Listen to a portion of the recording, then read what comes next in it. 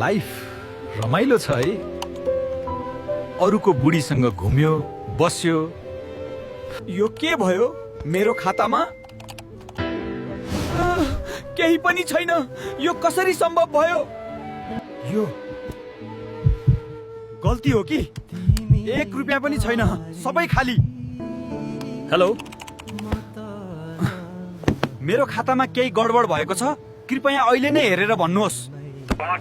Sir, तपाईको खातामा कुनै समस्या छैन। हिजो भर्खरै 1 करोड निकाल्नु भएको देखिन्छ। सर, तपाईले भन्नुभएको जस्तै त्यो केटाको अकाउन्ट ह्याक गरेर सबै पैसा विथड्र गरिदिएको छु। त्यो चोरसँग 1 रुपियाँ पनि बाँकी रहनु हुँदैन। त्यसलाई कंगाल भएको हेर्न मन छ।